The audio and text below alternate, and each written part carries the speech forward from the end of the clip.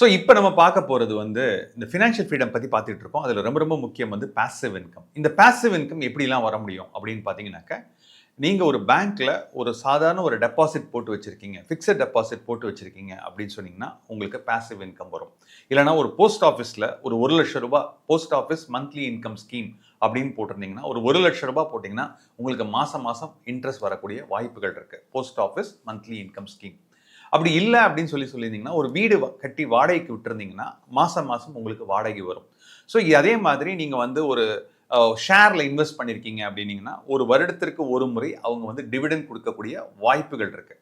So அப்போ இதெல்லாம் நீங்கள் ஆட் பண்ணிங்கன்னா, இதெல்லாம் வந்து ஒரு பாசிவாக இன்கம் வரக்கூடிய வாய்ப்புகள் இருக்குது. அதை விட ரொம்ப ரொம்ப இம்பார்ட்டன்ட், நீங்கள் ஒரு பிஸ்னஸ் நடத்துகிறீங்க அப்படின்னு சொன்னீங்கன்னா, அந்த பிஸ்னஸை ஃபுல்லாக ஆட்டோமேட் பண்ணிட்டீங்கன்னா, உங்கள் எம்ப்ளாயீஸ் உங்களுக்காக வேலை செஞ்சு ஒரு பாசிவ் இன்கம் கொடுக்கக்கூடிய வாய்ப்புகள் இருக்குது.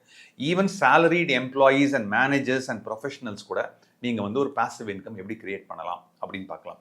ஸோ அது எப்படி ஒரு சேலரிட் ப்ரொஃபஷனல் வந்து பண்ண முடியும் அப்படின்னு சொன்னீங்கன்னா, என்னுடைய ஒர்க் ஃபுல்லாத்தையுமே எனக்கு கீழே இருக்கிற எம்ப்ளாயீஸ்க்கு நான் கரெக்டாக டெலிகேட் பண்ணிவிட்டு, என்னுடைய மேனேஜர் பண்ணக்கூடிய வேலையை நான் பண்ணேன் அப்படின்னு சொன்னீங்கன்னா, ஆட்டோமேட்டிக்காக உங்கள் மேனேஜர் உங்களை வேலையை விட்டு தூக்க மாட்டார்.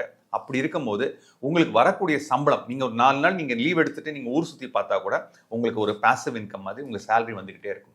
ஸோ பாசிவ் இன்கம் கிரியேட் பண்ணுறதுக்கு ஏகப்பட்ட ஆப்பர்ச்சுனிட்டிஸ் இருக்குது. ஸோ நீங்கள் ஃபினான்ஷியல் ஃப்ரீடம் வரணும் அப்படின்னு பார்த்தீங்கன்னா ரொம்ப ரொம்ப முக்கியம் இந்த பாசிவ் இன்கம் கிரியேட் பண்ணுறது தான். ஜென்ரலாக எல்லாரும் என்ன சொல்லுவாங்கன்னா, சப்ஸ்கிரைப் பண்ணுங்கள், ஷேர் பண்ணுங்கன்னு சொல்லுவாங்க. நான் எக்ஸ்ட்ரா ஒன்று சொல்கிறேன். இந்த பர்டிகுலர் சேனலில் நிறைய பிளேலிஸ்ட் இருக்குது. அந்த பிளேலிஸ்ட்டில் உங்களுக்கு எக்கச்சக்கமான ஒரு யூஸ்ஃபுல்லான டிப்ஸ் கிடைக்கும். இப்போ ஏஜ் வைஸ் இன்வெஸ்டிங் பார்க்கணும், இல்லைனா நீங்கள் ஒரு ஐடி ப்ரொஃபஷனல் அதை பற்றி பார்க்கணுன்னா உங்களுக்கு நிறைய வீடியோஸ் இருக்குது. எல்லா பாப்புலர் வீடியோஸும் நிறைய கொடுத்துருக்கோம். எல்லாமே ஃப்ரீ வீடியோஸ் தான். தயவு செஞ்சு இந்த பிளேலிஸ்ட்டை பாருங்கள். நன்றி, வணக்கம்.